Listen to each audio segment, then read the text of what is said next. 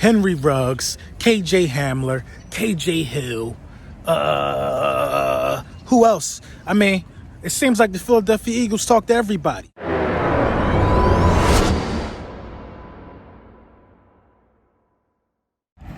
Yeah. Lil Brunson back at you with the back at you, and I am the best reporting on the Eagles. Look, man, the combine is underway. You know what I mean? It's a lot of stuff happening. Everybody's interviewing everybody. And, this is a scary time for us right now, man, because, the guys that we want, we got the 21st pick. We don't got a lot of leverage. And guys like Henry Ruggs are going to run. People are saying Henry Ruggs is going to run a 4.2 even. They're saying this dude is that fast. People are betting that Henry Ruggs is going to break the record for the 40-yard dash. And that don't hold well for us. If Henry Ruggs runs a 4.22, he ain't going to be there at a 21. You could bet your bottom dollar on that. So I think the Philadelphia Eagles are doing the right thing by, doing their due diligence and just reaching out to everybody, reaching out to people who could potentially fit the position. You know what I mean? They just not looking at it from a different perspective, like, oh, we got to zero in on Ruggs. Because we looked at KJ Hamler, who they said last year ran like a 4.2 at a pro day or something like that, unofficial time. He's probably not going to run this week because he tweaked something in training, as I said in my live stream. So, I think they're doing a good job by looking at everybody. Jalen Ragar, who say he expects to run a high 4.3, something like that, low 4.3, or however you say it. You know what I mean? I think that, it's a lot of potential in this draft at the wide receiver position. Every team that seemed to be interviewed today was on the same page of saying that, listen, we need speed. Everybody's MO is trying to acquire speed for this upcoming season. And I think that the more speed that you acquire, it's not even really about the more speed that you acquire. Let me say that differently. I think that the Kansas City Chiefs have turned this league upside down. Everybody's looking for the prototypical Tyreek Hill.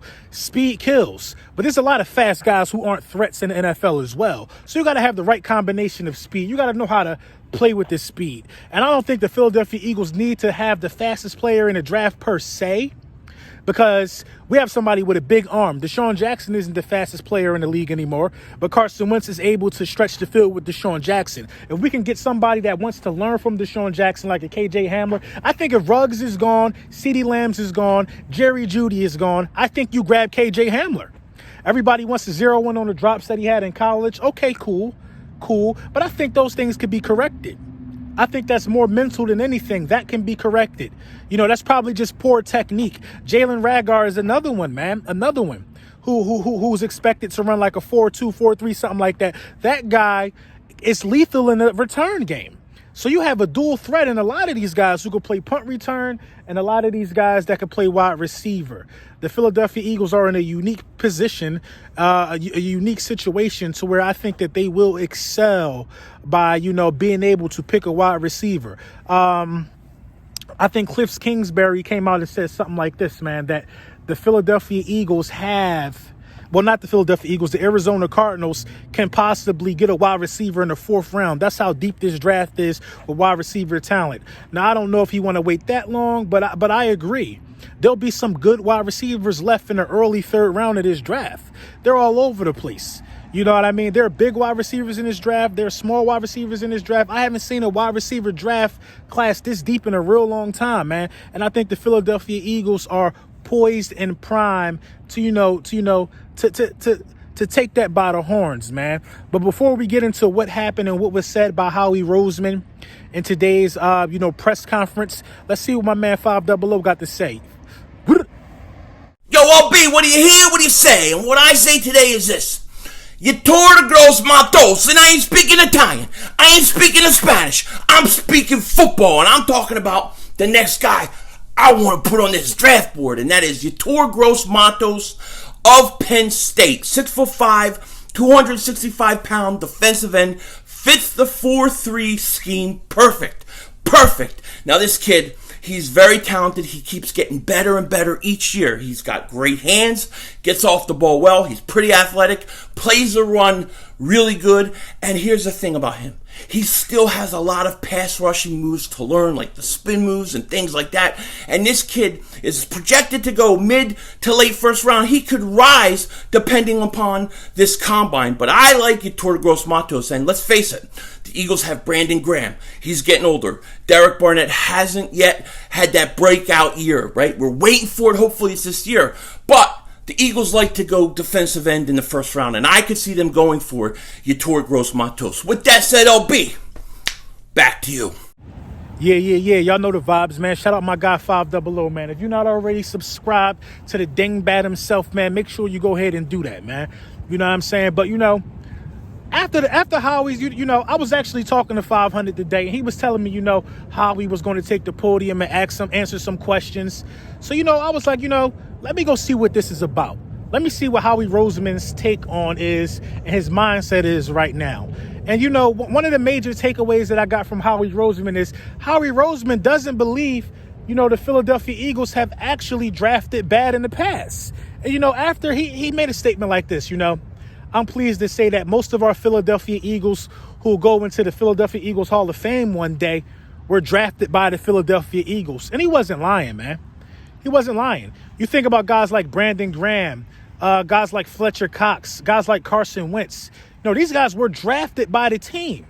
You know what I'm saying? And possibly even, not to jump too far, but, Miles Sanders. These guys were drafted by the team, and these guys, are holding their weight.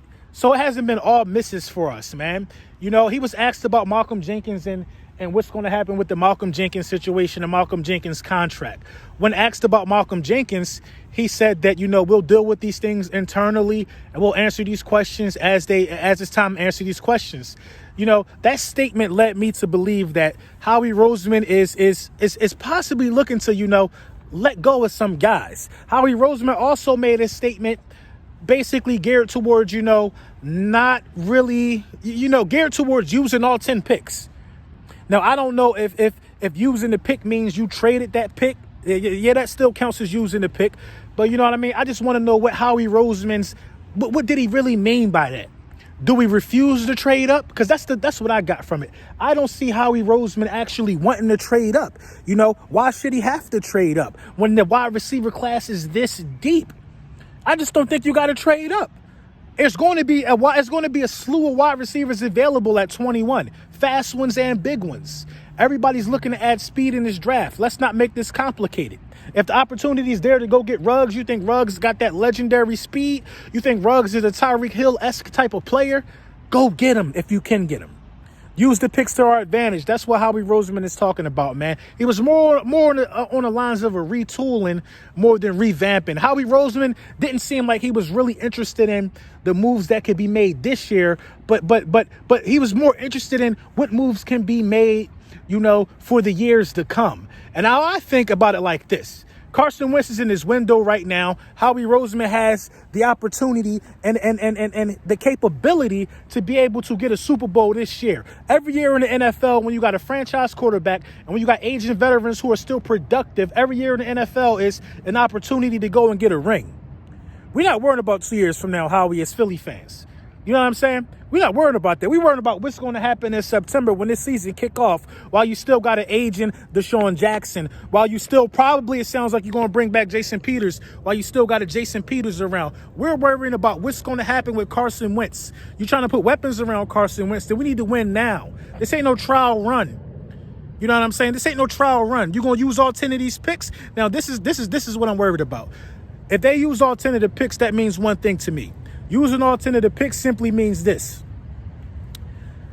that they are going to let a lot of people go and they're going to replace them with these picks, point blank, period. Now, Howie Roseman, man, we counting on you, Howie, to do what you got to do, and I think you're going to get it done. Let me know what you guys think in the comments about, the event so far that's taking place at the Combine with some of these player interviews. And also, let me know what you think in the comments about the Howie press conference if you were able to catch it. The new merchandise is coming. Can't wait to show you all the pics.